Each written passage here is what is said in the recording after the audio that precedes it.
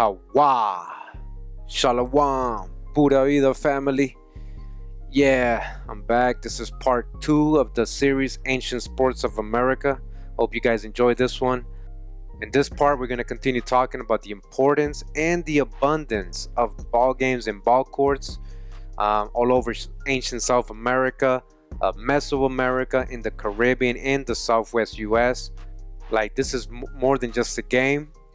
And they really haven't told us how significant ball games and ball courts were in these ancient societies. So let's get the drop.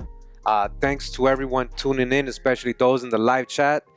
Much love and respect to all my followers and subscribers. I really appreciate all the support and love.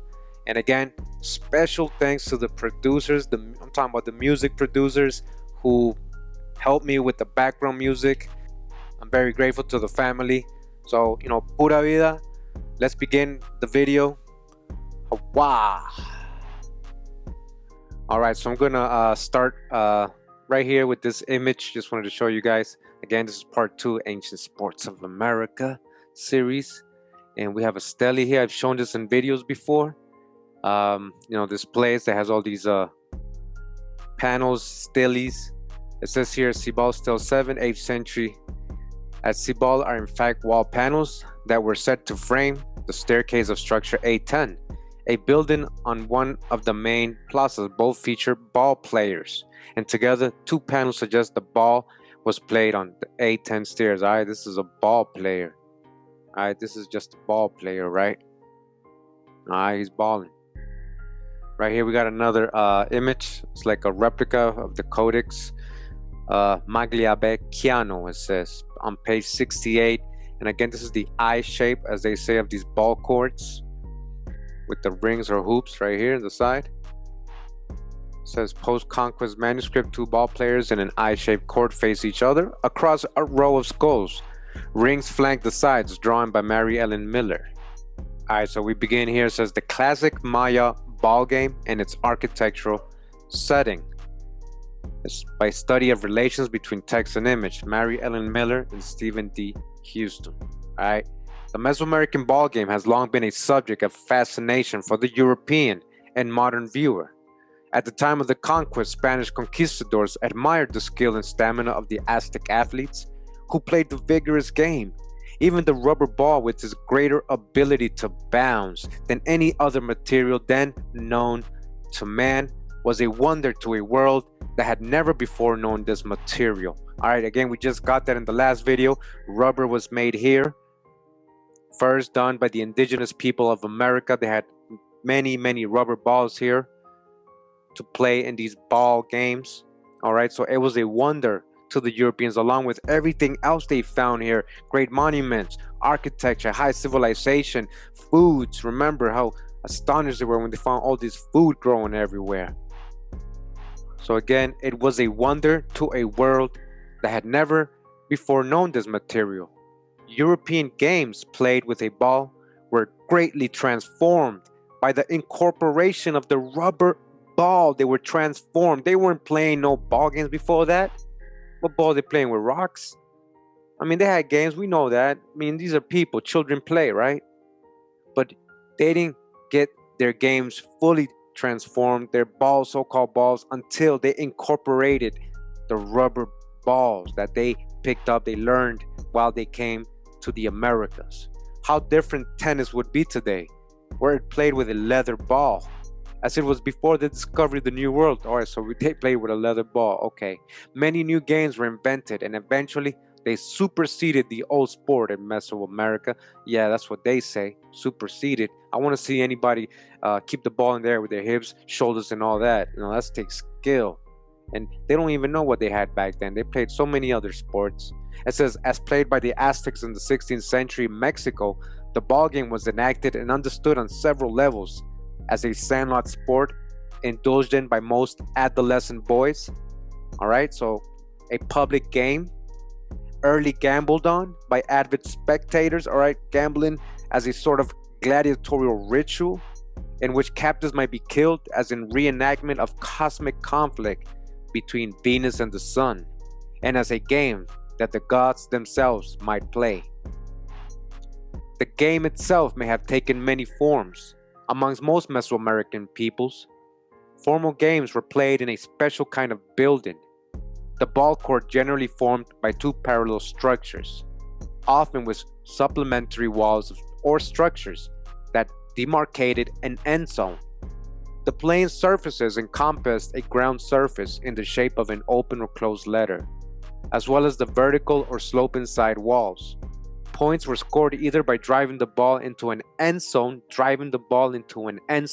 touchdown, or other designated area, or by hurling the ball through a high, relatively small ring placed in a side wall. A ball, right, going through a hoop, through a ring, a ball going through a ring, hurling, right, throwing, hurling, or getting it up there some way, shooting. All right, what did those two just sound like? The Maya ball game is known largely through archaeological evidence. Like the ball game of central Mexico, it was probably played on many levels, from sport to ritual of kings. It is in this latter regard that we wish to consider the game most closely, particularly during the late classic AD 600 and 900 period. By this time, because we already know it's way older than that, so by this time, the ritual had become formalized, obscuring its origins. At many cities across the classic lowlands, Maya lords played ball in courts constructed at the heart of ceremonial centers. All right, this is very important. Ball courts everywhere. Ball games are very important. From their central location, it would seem that ball courts were one of the foci of elite life. All right, what the elites were, you're gonna find a ball court. Wherever there was people, you're gonna find a ball court. Despite the wealth of evidence for the Maya ball game, relatively little is known of its character. Many cylindrical pots from royal tombs show the game being played, and ball players adorn markers and panels set in ball courts. All right, again, listen to what they're telling you. In their own graves, they bury, like how they go into Egypt and they find things in the grave and they're like, "Ooh, it's so important. It's so, look at this." Well, we can't neglect what they're finding here. Despite the wealth of evidence, it says many cylindrical pots from royal tombs show the game being played. Royal tombs, very important. They're bringing it with them to their afterlife. You get what they're telling you? And ball players adorn markers and panels set in ball courts. But what is puzzling is that the majority of sculptured images associated with ball playing occur not in ball courts, but rather on stairways. These stairways are frequently carved with scenes and hieroglyphic inscriptions explicitly recording the ball game. All right, it's like a level going up and down.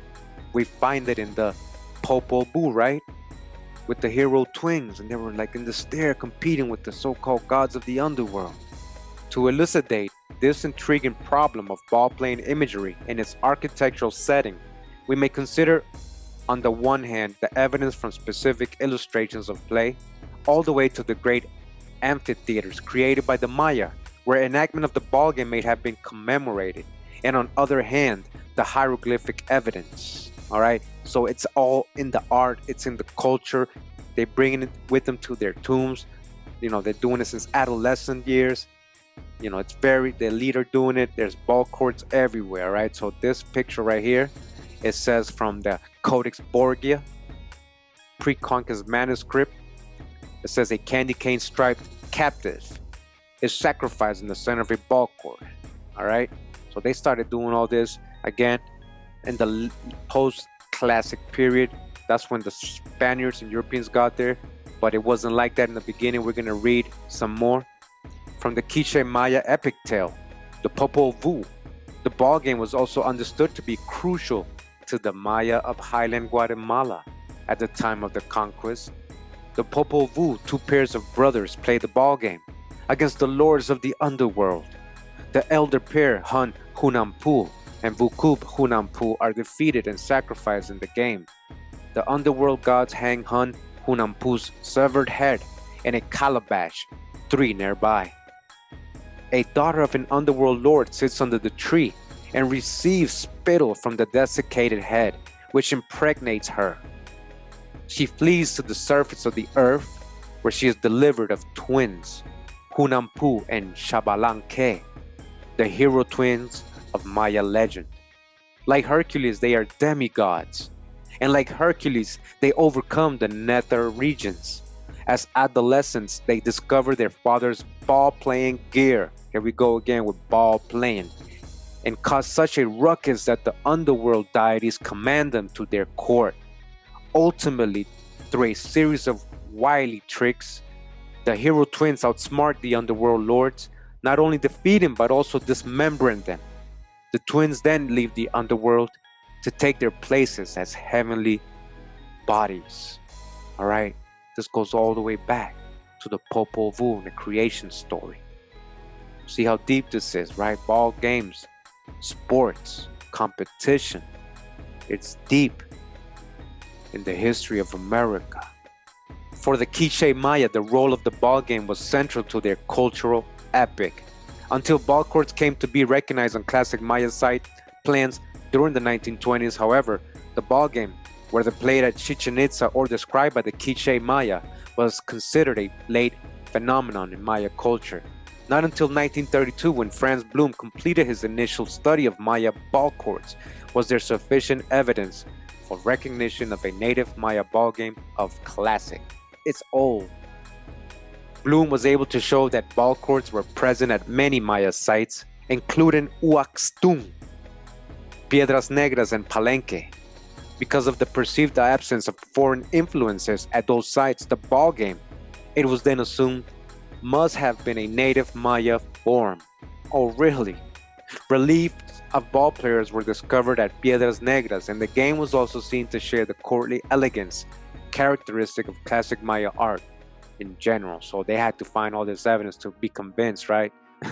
Even though they were finding all these ball courts everywhere, rubber balls everywhere, they still had needed some convincing, I guess. The sacrificial aspect of the Maya ball game was less readily accessible.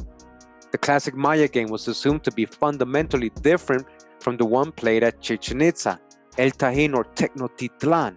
Now, they're trying to tell you that the classic Maya, I mean, the early games, before, when the Spaniards got there, they went to Chichen Itza, they went to El Tajín, and they went to Tenochtitlan, and they saw how people getting sacrificed. Maybe the enemies of the team that was losing, or whatever was going on at that time, wasn't what was going on in the beginning of ball games, in the beginning of history, of their history, when they were using ball courts and ball games. We're going to get to that, all right? It wasn't always about sacrifice, and the Europeans loved to portray all that about sacrifice.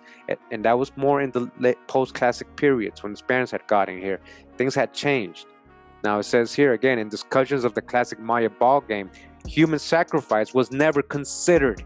All right, it was never considered. Little was known of the game or the use of the ball courts themselves. Despite how little was known, interpretations of the ball game tended to assume that the classic game differed greatly from the post-classic one, particularly as illustrated at Chichen Itza.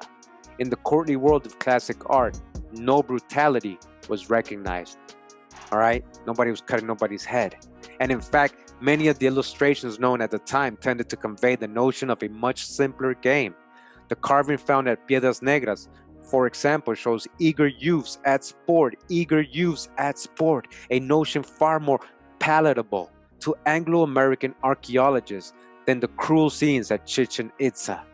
Pre-World War II, archaeologists of the classic Maya made little attempt to disguise their desire to identify themselves with the ancient Maya. One need only to read the general works of J.E.S. Thompson to sense the belief that white Anglo-Saxon Protestants were the spiritual heirs of the Maya. So white Anglo-Saxon, Protestants? Are they just calling them white because they're European? Protestants? Are they talking about hugging nuts here? What's all this about them being the spiritual heirs? All right, they were trying to, again, write themselves into history. You hear that? The most important new discovery was of a carved stair at the threshold of the doorways of structure 33 in Yaxchilan, the building that commemorates the ascension of one of that city's greatest kings. He was called Bird Jaguar, who came to power in 752. Worked onto each riser of the stair is a ball game scene, and the three central ones feature nobles who strike a ball that is shown as a bound trust captive. From these newly discovered works, it is now clear that, particularly as recorded by Maya kings and their close associates, the game being commemorated was a prominent ritual of the royal house. Ball games, a ritual of the royal house. The art suggests that the game could be played for the highest stakes of all, one's life. As a life and death ritual, it replicated man-to-man combat, albeit in a public arena. So again, instead of duking it out, let's play the game. All right, winner takes all, meaning that might be the life, your life. Located at the hearts of ceremonial precincts, ball courts were the settings for public playing of the game, much like their later Central American counterparts, or the Maya courts described in the Popol Vuh. All right, again, courts in the Popol Vuh, ball courts. The typical classic Maya ball court had a vertical sloping vertical profile, rather than straight vertical profile found in central Mexico.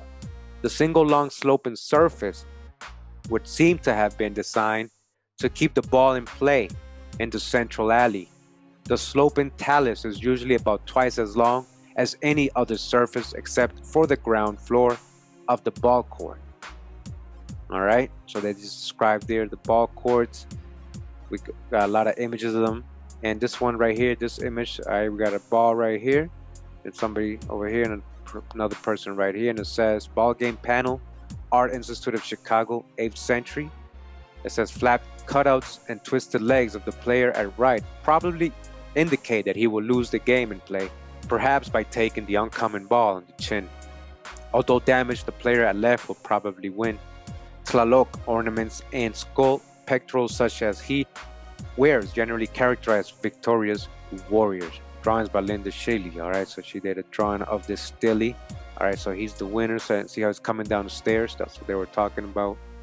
Several other balls are worth examining in light of the provocative image of the Chachilan balls. All three ball court markers at Copan show a ball between two players. On the middle marker, the ball is in play, but on the two end markers, the ball is suspended by a thick twisted rope. All right, so first let's just go to what he's talking about. All right, these are the balls he found, and there's always two players in between the ball, right? We've seen this before. All right, here you go again. Two players or more players down here, the ball in the middle, and another one right here, the two players and the ball in the middle. This one's suspended, you see that? All right, that's what they were saying. This one is suspended as well. This was not suspended. So let's go back. It says, by comparison with the markers, Copan Alta 4, a large sphere of volcanic stuff can be seen to be a ball. Like the ball shown in play on the markers, the circumference of the altar is bound with a thick rope. A spiral has been dug from the top of the stone to the rope, possibly to receive blood offering following the play of the ball game. It continues, says Maya ball game text. As we have seen, classic Maya art contains much evidence of the ball game and the places where it was played. The hieroglyphic writing that accompanies the art is no less informative. Glyphic texts refer directly to ball playing, occurring in contexts suggesting both the ritual framework of the classic game and the conceptual link between stairway and ball courts. Maya glyphs also document the historical and legendary figures who participated in the sporting rituals of the classic era. Such historical references make it possible to connect the ball game to dynastic politics, especially where these resulted in martial conflict, as well as to the activities of the particularly energetic rulers. All right, they're using games to resolve conflicts. All right, so again, it's all over the art there. We got ball courts physically, rubber balls physically, and then we got art showing it. It's being found in the tombs. Are you starting to get the hint? What's going on? It's very important, right? Again, another drawing here. As you can see, some indigenous American people, original Mayas right here. It says ball player pot, Dallas Museum of Fine Arts. All right, it's in Dallas. Go take a look at it. Late classic. Dressed in long, draping hides, ball players engage in play against a flight of stairs. rollout photograph, copyright Justin Kerr from 1985. So he's got copyright to this art that's not even his. It's a ball game scene with ball players. We got another one right here. This one's pretty good. We got the colorized version, of course, as well. You know, and you can see again this one, the pyramid or the stairway and the ball coming down. The two players. It says here, Perlman, Lake Classic. Here, two men play the ball game against a diminutive pyramid. The large fan at left is probably a portable marker. Rollout photograph, all right, a rollable marker. All right, again, some indigenous Americans here playing their ball game, telling their story, their mythology, their creation story. And here I just want to show you these glyphs that were in this book too, and it'll tell you what these mean. So like A, it says A is ball in court. So when you see this glyph, balls in court, all right, balls in court, right? B is ball on stairs, the ball's on the stairs. C is, all right, let's just read all of them and we'll go back. Pitts glyph, and then D is ball game glyph from new ball court marker. E is ball game glyph from fragmentary ball court ring in Naranjo. Fi is ball game glyphs from hieroglyphic stairs 2 in Jachilan, and J is ball playing glyph. J, oh, ball playing, which one is that? That's this one. He's ball playing, ball playing. J, game on, ball playing. Then it says El Peru, hieroglyphic stairs of El Peru. K, ball court glyph. K is a ball court glyph. K, so when you see this, yep, this is a ball court. Yep, ball court glyph. Tortuguero monument. All right, so just a little bit of that so you guys can see in case you see these glyphs. All right, you can pause it and look for them when you're reading the Maya codices, right? All right, so now I'm going to read from this article, scholarly article. Says ball courts, competitive games, and the emergence of complex society by Warren D. Hill, BA in Rhodes College, 1988. Masters of the University of Calgary, 1992.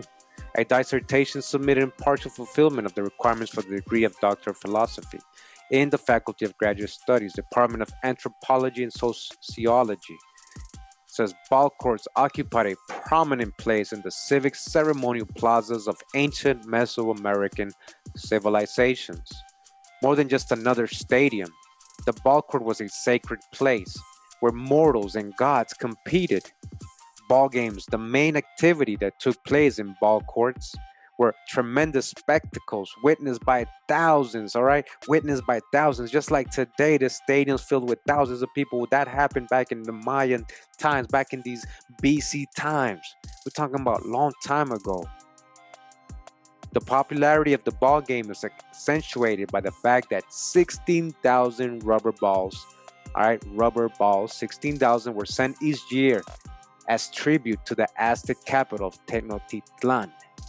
Entire fortunes were sometimes wagered on the outcome of a single game, gambling. 16,000 rubber balls. You hearing all this? The prominence of ball courts on the archaeological landscape has led to numerous hypotheses as to their form and function. Most studies of ball courts have focused on three major themes: ethnohistory of the ball game, ball court iconography, or typologies of ball courts. However, as Fox has noted, these approaches to ball courts and the ball game have become standardized in archaeology at the expense of understanding the ball court as a lived space. As an alternative to traditional approaches, Fox has suggested that the archaeologists examine the social and political functions of ball courts within particular regional systems. To accomplish this objective, ball courts must be viewed as important multi-purpose activity centers, all right, just like a stadium today, not solely as locations of ball games. This entails an examination of the function of ball courts as facilities of social integration. One fascinating aspect of the ball game is its longevity as an institution. Fox asserts that the success of the ball game as a pan-Mesoamerican tradition rested on its ability to integrate and satisfy a variety of social needs. All right, it had to keep the poor too, right? Not just the wealthy and elite. Understanding the origins of the ball game may provide important clues to the nature of early complex society in Mesoamerica. Fox links the creation of a formal facility, the ball court, to Clark and Blake's aggrandizer model. He hypothesizes that sponsorship of ball games and feasts within the ball court would have permitted individual aggrandizers to make strong claims to power, thereby enhancing their social position. At the same time, the aggrandizer would have been able to assert control over the supernatural by staging dramatic rituals and conflicts in the ball game itself. Researchers investigating the role of the ball game in Mesoamerican society have postulated strong links between the distribution of ball courts and the centralization of political authority. In this view, elite competition is seen as impetus for the construction and use of ball courts, and a number of regions that ball game may also have been used by elites to acquire and maintain new territories. They use it as a way to get land, right? New territories or conquering. Or it may indicate a network-based strategy of social integration, trade, right? Formal ball courts in complex societies. The appearance of a formal ball courts occurred in tandem with the rise of complex societies in southern Mesoamerica. Beginning in the Middle Formative. This is 900 to 400 BC, right? Middle Formative. This is not the oldest. Ball courts were principal features of several large cities in Chiapas. All right, ball courts were all over Chiapas. That is in the southern region of Mexico and the border of Guatemala, as well as the Olmec centers of San Lorenzo and La Venta. So also in the other side, because that's on the Pacific, and on the other side, on the Caribbean side of near Veracruz today, you got the Olmec centers that also have numerous ball courts in their cities. By the late formative period, ball courts were pan-Mesoamerican, present at every major center. They were in all the major cities, ball courts, and some minor sites. We're going to get a little bit more of that. In Chiapas, the Maya lowlands, the Valley of Oaxaca, Western Mesoamerica, Central Mexico, and likely the Gulf Coast, they were everywhere. Thus, it appears that formal ball courts were predominantly, if not exclusively, associated with complex societies, at least at the chiefdom level.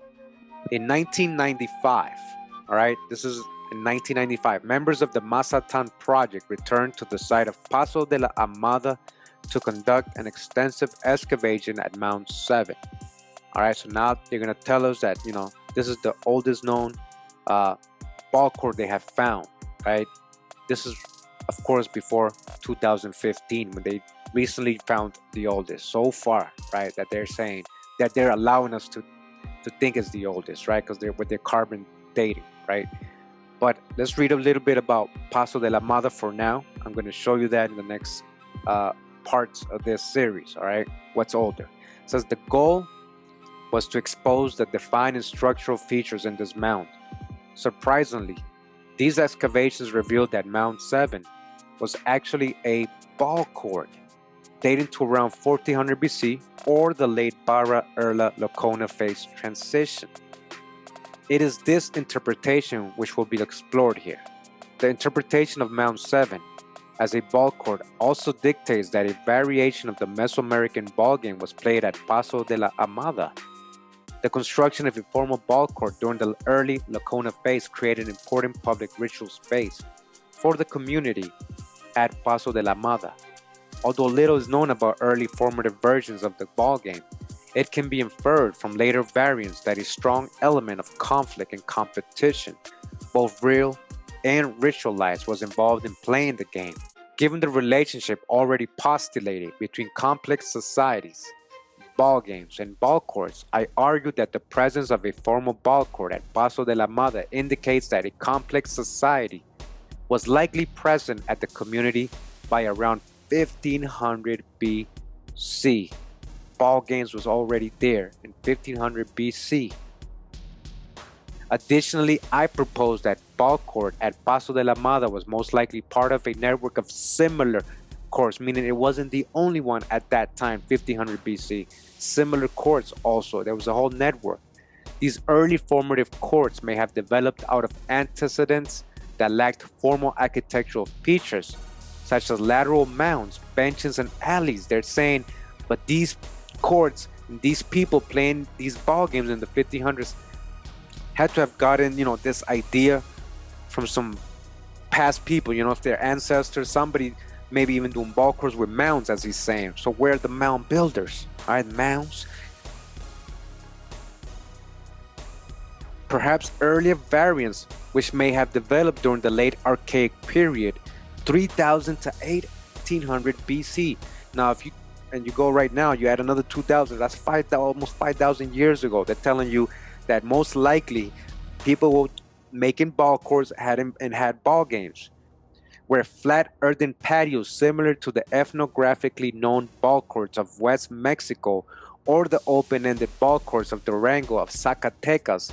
While no such early courts have yet been identified in Mesoamerica, an eye-shaped ball court-like structure has recently been reported at the site of Pampa de las Lamas, Mocheque, in the Casma Valley of Peru. In Peru, right? South America, Peru, dating to about 1800 BC. Closer to the Mazatlan region, an archaic period architectural feature of Yelchin, Oaxaca, dating roughly from 5000 to 4000 BC, has been described as a ritual dance floor. Now listen to this, 5000 BC, you add to that 7,000 years ago. Egypt ain't nowhere around at this time, so-called Egypt. Anything over there in that side of the world, so-called old world.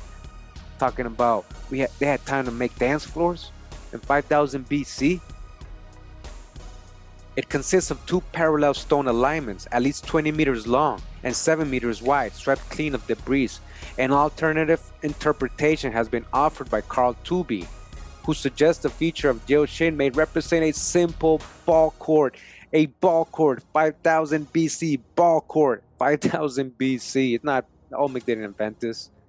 All right, we're going to show some more correlation, but you got to understand, if people are creating ball courts by, let's say, 1600 BC or 1800 BC, as they just said here in Peru, there had to have been a long transition before that, right? Of people doing it already, just like we have soccer fields today that are just grass. If 1,000 years go by, nobody would know that was ever a soccer field, right? Well, how do you know they didn't have all this stuff before that? They were playing ball games. They had mounds, right? Even some of the mounds in America look like they were, they had these walls, and now they call them walls. Maybe they're actually ball courts. You get what I'm saying? So this is very interesting information to follow up on. We're going to definitely dig on all this. And I just want this map, I thought it was interesting. You guys can get a clearer picture of what I'm talking about the distance between these different places. So again, this is Mexico. Up here is Texas. And right here, it says Olmec Heartland. This is the Caribbean side, right? This is the Caribbean, Maya lowlands. This is the Yucatan. Down here, in Paso de la Mada and Chiapas, this is right at the border of Guatemala and Mexico. This is right here, the Pacific. This is on totally the other side. Now, they were saying that they found these rubber trees on the lowlands, meaning near the coast, the rubber trees. So that's why they say, well, let's give credit to the Olmec. This was before they had found Paso de la Mada, but they did find the figurines and some rubber balls there. And that's why they got the credit. But now they found Paso de la Mada, and now they gave this one the oldest, right? And this is on the other side, closer to Guatemala over here. And we just heard Peru playing in 1800 BC. So, there's more to learn, but I just wanted to show you. This is just, I guess, showing regions that had, a lot of ball courts and a lot of civilizations. This is, I guess, a picture of Mound 6, I guess, and Paso de la Mada. Yeah, Mound 6 structure, Paso de la Mada. It's called a mound. Interesting, right? Mound. So you see the ball court here. Look at the eye shape a little bit. And this is probably where some poles were, depending on how they were playing the game. But this is a ball court. All right, in Paso de la Mada, the site they were talking about. And now look at this.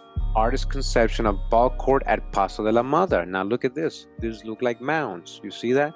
I've seen this formation up in the mound area in the North America. And, if you can see it actually in some of my videos that I've shown. And, who's to say they didn't have, thousands of years before ball courts in a different way. So this is a great artist conception, but this is what I was exactly trying to explain earlier. And it says Paso de la Mata, Mount 7. So Mount 7 ball court. Okay, this is Mount 7. Here we go. This is what they're saying. So it's a mound. Actually, it really is a mound. It's a ball court made out of a mound. All right. Now I'm starting to understand. Okay. Ball court features and construction sequence. You see the mounds. All right. I bet you there's still a bunch of those in North America. All right. Expanded mound, initial mound, the bench, the alley, the bench. All right. Now it says here, Chapter 3, Overview of the Mesoamerican Ball Game. It says, it is evident for one thing that competitive rubber ball game is confined to peoples who, for the most part, are dependent upon agriculture for subsistence. Although, to be sure, fishing and to lesser extent hunting may play an important supplementary role. So why are they saying that people who are using rubber balls and have games, ball games with rubber balls, most likely have a good amount of agriculture already established? Clearly, this must reflect demographics as well as economic determinants, relative permanency and size of settlement, together with a division of labor and a means of storing surplus foods to permit men the leisure to play together, must have predisposed people towards maintenance of the game in comparatively permanent villages. Moreover, the area immediately adjacent to the houses is usually cleared, forming a plaza that can, on occasion, serve as a ball court. So anything that made a little space for a plaza, people were using it to work as a ball court. And what they're letting you know here is that if people had time to play games, they didn't have to worry about surviving and not starving because they had a surplus of food. They were very advanced. They were in these places for long times. They didn't have to keep moving like hunters and gatherers, following animals. They were civilized people living in these permanent areas. They had a surplus of food and agriculture and a lot of labor and people to employ to build these things and take care of the agriculture. All right, this is high civilization. We're not talking about savages. Ball games. The epigraph alludes to the close relationship between complex societies and the competitive ball game. At the time of Spanish conquest, a variety of ball games were played throughout Mesoamerica. Most of these games were played in a highly organized fashion in masonry ball courts by members of state-level societies. Some of ball players were tantamounts of today's professional athletes and enjoyed special rights and privileges. So just like today, we got the LeBron James. What they're trying to compare here is that if you were really good and talented, you were treated just like a professional athlete is treated today. Though occasionally these came at a high price, much of what we know about the ball game as it was played in formal ball courts comes from eyewitness accounts of Spanish clerics. About a dozen such accounts are available, the majority of them dating to the 16th century. Most of them describe the Aztec version of the ball game, though one account from the 17th century mentions the ball games of the Maya. Among peoples of the Caribbean, most likely Taino, and in the northwest Mexico. All right, so even in the northwest or southwest US and in the Caribbean, talking about ball games there too. We already got the accounts. Obviously, when the Spaniards got to the Caribbean, they saw them playing the ball games first. Now it says here, political interaction studies. The value of ball courts as indices of political and social organization has been only marginally pursued by researchers. However, this approach holds promise as both a powerful explanatory tool and a means of exploring interregional connections. As far back as the work of Theodore Stern, the ball game was viewed as a surrogate for direct warfare, war meaning a substitute.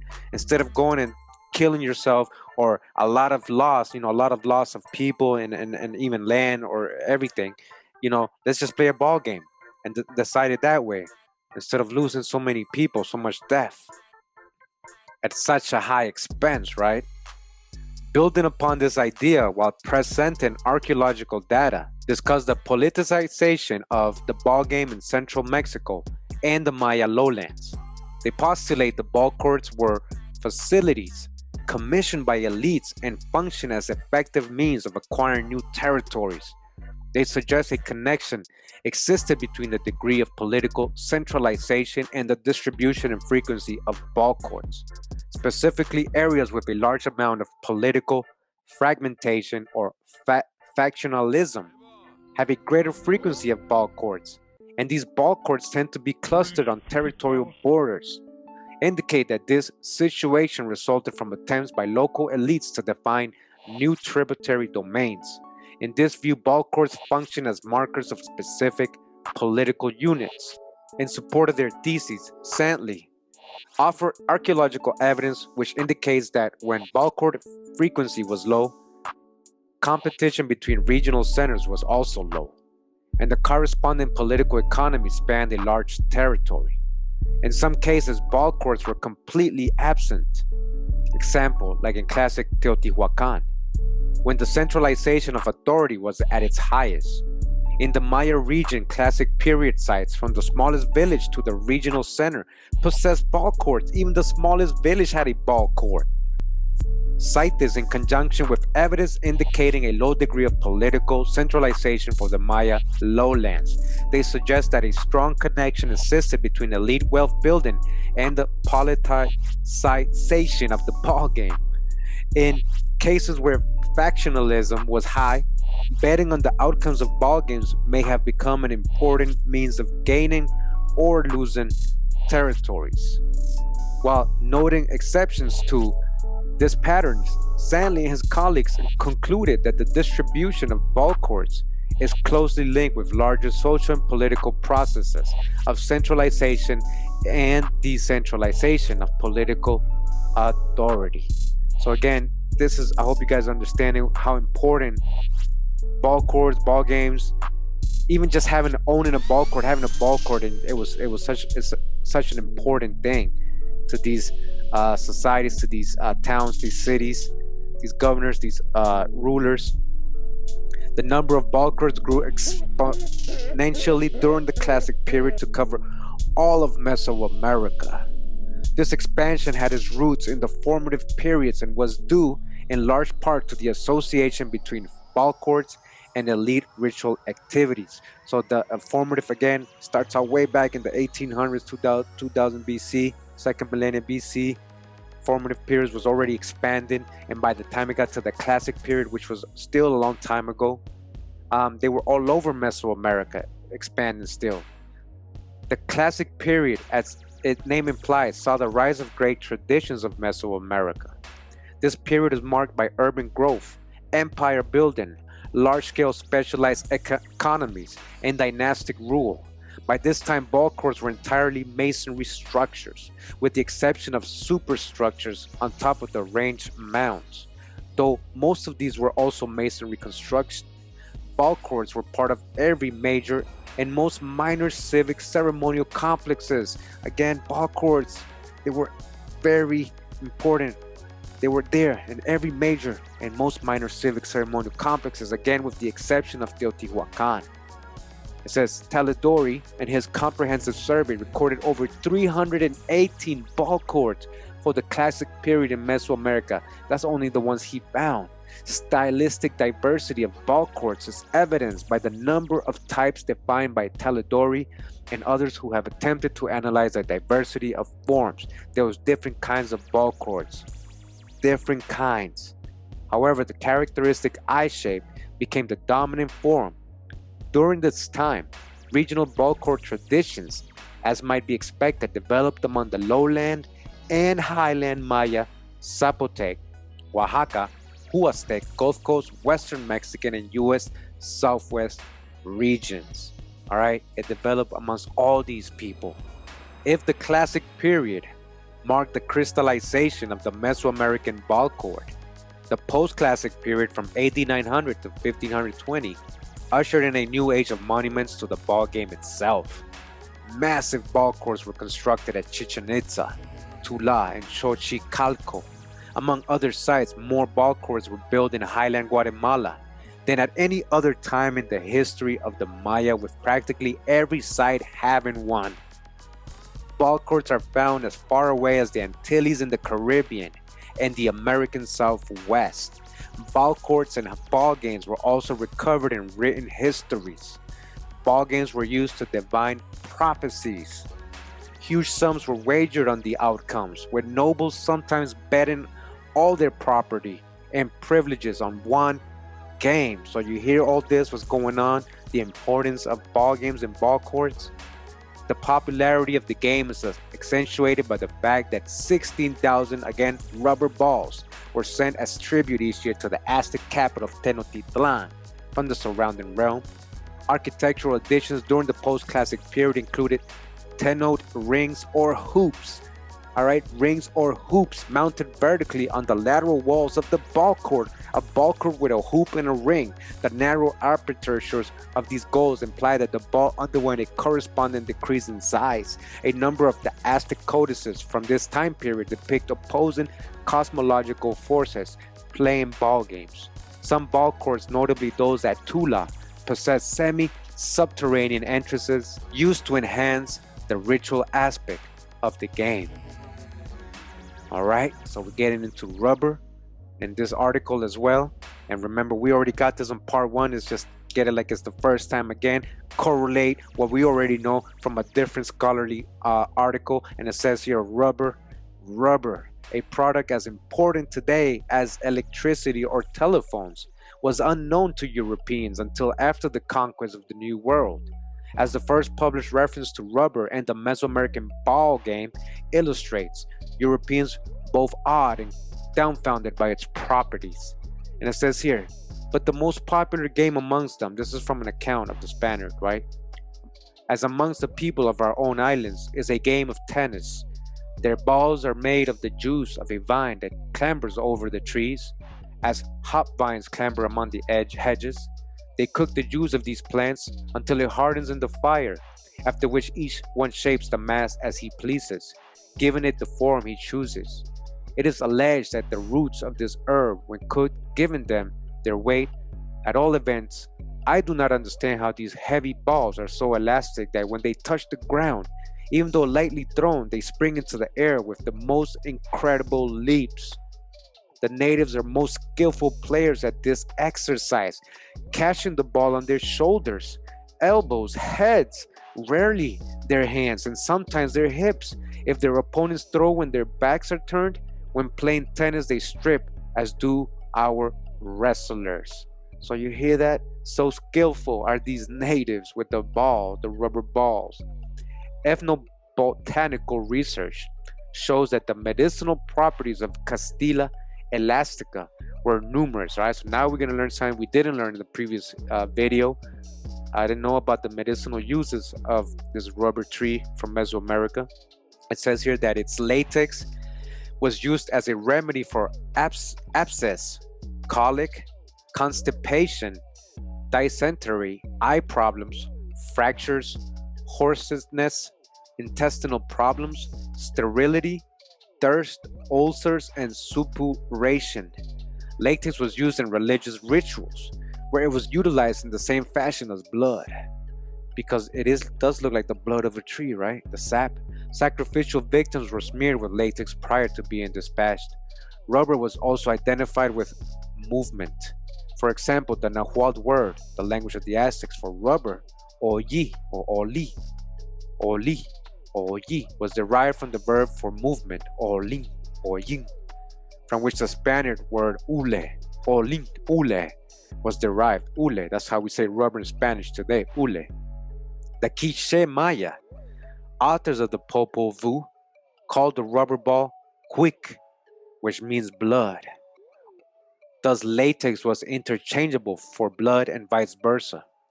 Practical uses of latex included as a fuel for torches, waterproofer, adhesive, leak-proofing containers, and rubber balls. You see all the uses? In sum, rubber was an important economic and medicinal product from at least the early formative, we're talking about at least 2000 BC. One tree, the C. elastica or the Castilla elastica, was likely the main source for latex. Production of rubber was accomplished by ritual specialists.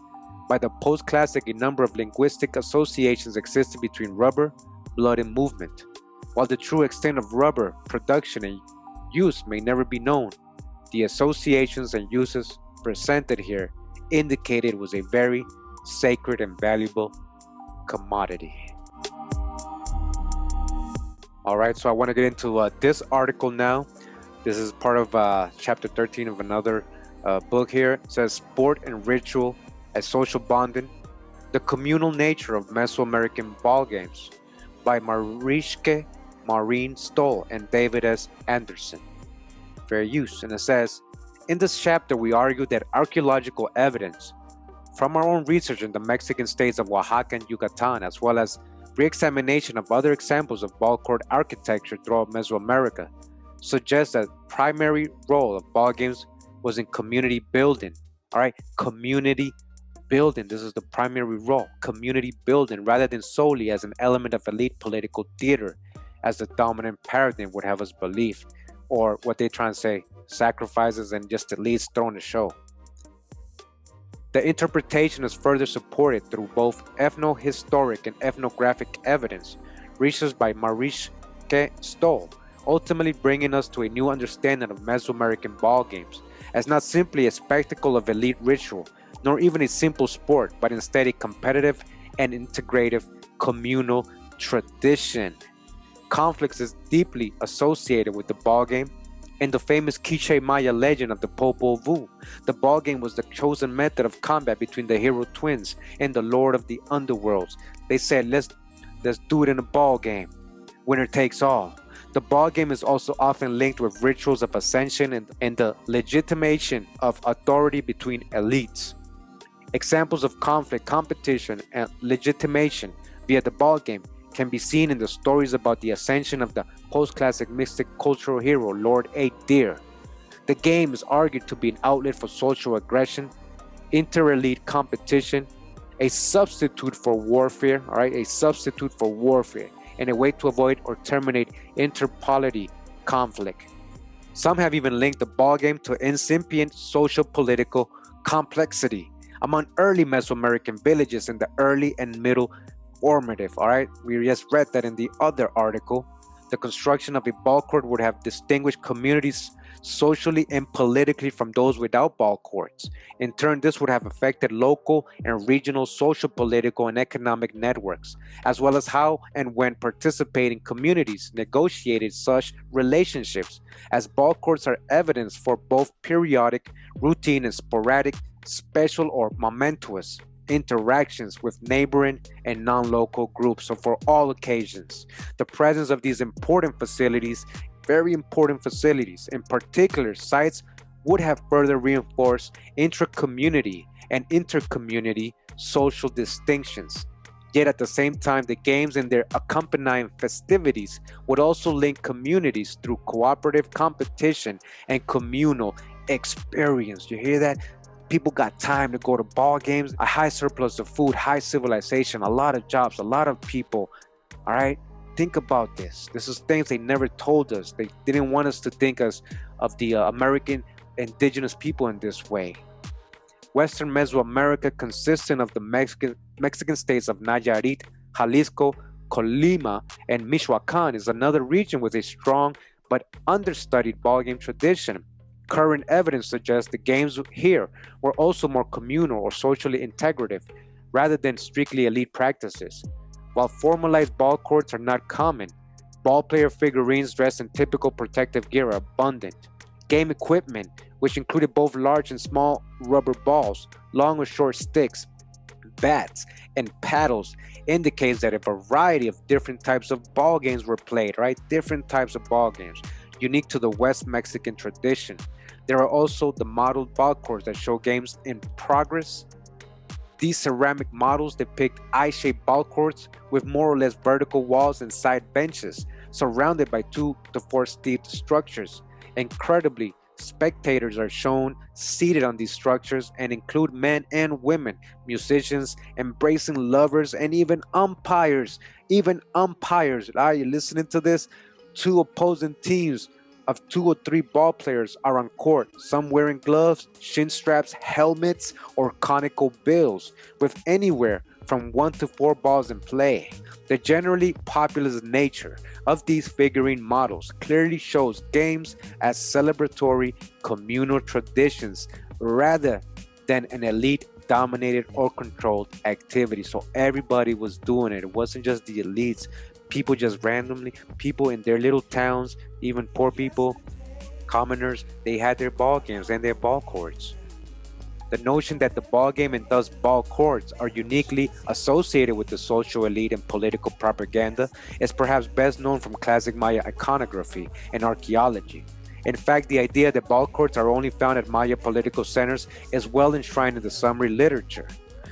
And yet many examples to the contrary have been documented. Several regional surveys have encountered networks of classic Maya ball courts, not unlike those discussed above in formative Northwest Yucatan and post-classic Oaxaca. All right. A survey conducted of the settlements surrounding the classic period city of Quirigua, Guatemala, documented over 20 peripheral sites that included ball courts just in that area in Guatemala. Architecture demonstrating a notable amount of interest in the game outside of the polity capital. So it wasn't even in the capital. They had in all these little towns, there was over 20 ball courts in just this area of Guatemala. Study of classic period ball courts from the upper Grijalba Basin in Chiapas recorded numerous examples of ball courts at not only primary centers, but also at majority of secondary centers. Again, suggesting a broad base of communities and social status, groups that had access to the ball game. Recent survey work in the Three Rivers region of Belize has further documented the presence of ball courts at sites of all sizes, ball courts everywhere in Belize too.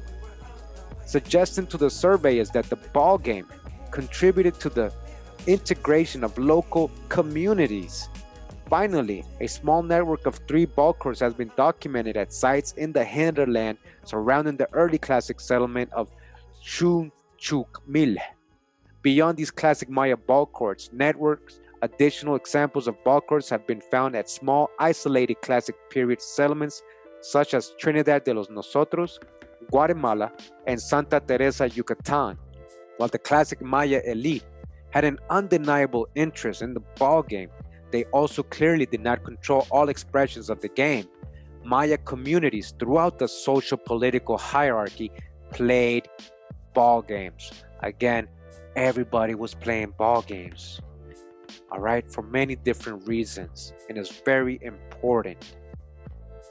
So what's the conclusion? We find the archaeological and ethnographic evidence support our claim that the Mesoamerican ball game held a community building role. New data from regional surveys in both Yucatan and Oaxaca provide us with a wealth of evidence suggesting that all community members had a stake in ball games and the rituals that accompanied them. Additional archaeological data from West Mexico, the Maya region, northern Mexico, and Honduras further suggests that the communal role of the ball game often outweighed the concerns of elite actors and cosmological recreations. While we do not deny that state-level actors at times co-opted the game for their own political purposes, this does not negate the existence of communal traditions of playing. People actually played. Instead, it underscores the existence of such traditions. If common Mesoamericans had no interest in the ball game, then the use of the game in political propaganda would have had little effect. Even state-sponsored games would have occasionally included people from a variety of social statues and communities. As our own modern sports games show, all right, just like today, spectacular displays of athletic competition are incredibly appealing to human beings. The traditional paradigm of the Mesoamerican ball game as an institution of elite political theater has unfortunately blinded us to the additional roles that contested games of physical skill play in a community. Ultimately, we hold that Kirchhoff was more right than even he knew. And listen to this, all right? Anybody from this region, anybody who feels connected to this region, listen to this, all right? This is my ancestor here included. It says to be Mesoamerican was to play ball, whether you were an elite or a commoner.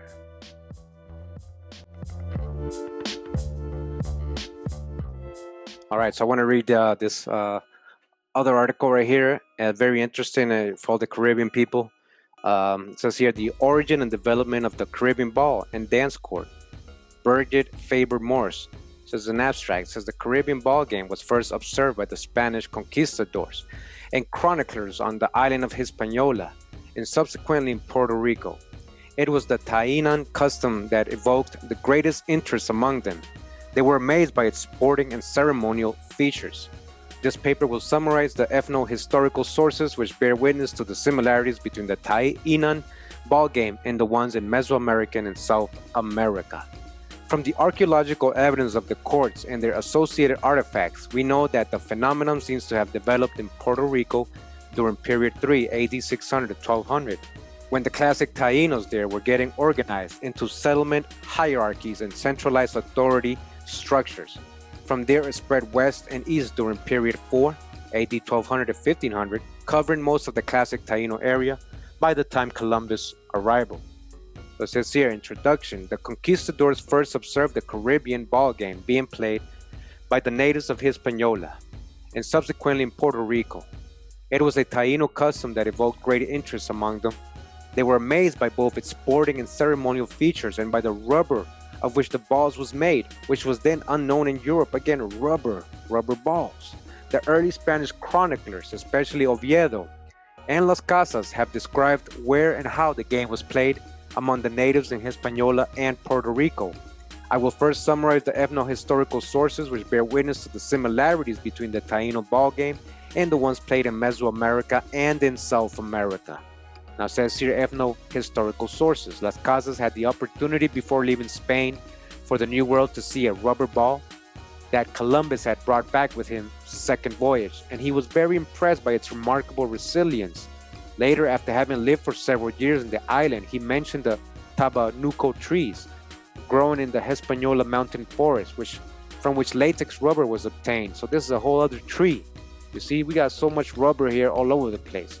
Las Casas writes that in Hispaniola, the game was played on a clean, swept clearing, which was usually rectangular, about 3 times longer than wide, and fenced by low mounds. All right, they had the mound walls, you hear that, on the longer sides. Oviedo tells us about the existence of enclosures called bates, enclosures, where the ball game and other ceremonies were carried out. They had their own ball courts. They were usually located outside the chief's or cacique's house, which was built on the best sites in the villages, all right? Cacique had to have the ball court next to him, all right? He adds that the spectators sat on stones about the court while the caciques used wooden stools called dujos. Both narrators mentioned that when the game began, the teams took their places on the court, which was divided in half by a line that no player could cross. Each team would have from 10 to 30 players. Both men and women participated, but teams normally comprised a single sex.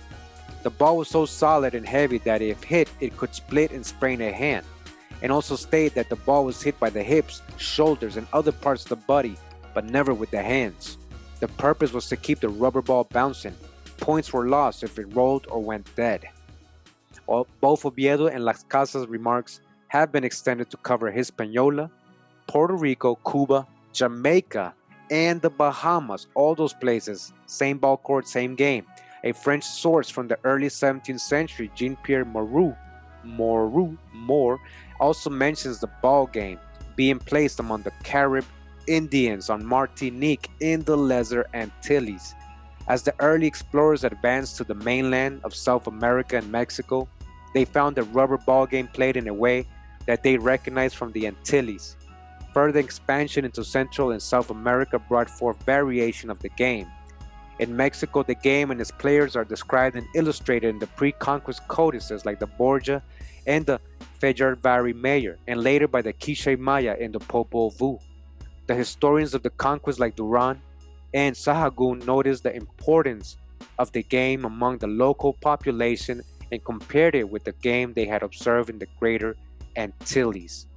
There was a relatively high development in the technology of rubber among the Indian tribes in the Amazon region of South America, and therefore it must have been a favorable environment for the development of the rubber ball.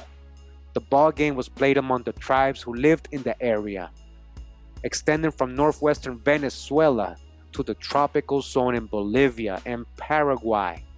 The most valuable account was given by Father Kurimeo in his writing about life among the Otomacs living along the upper Orinoco River in Venezuela. Again, ball games, ball courts, all this stuff happening all over the Americas. All right, you guys understand that now? It was the Puerto Rican naturalist Agustin Stahl and the North American archaeologist J. Walter Feeks who first maintained that the archaeological remains of the batey and ceremonial plazas were associated with the pre-Columbian ball game. Since then, no scholar has disputed this identification, although there has been some discussions about the function of specific courts.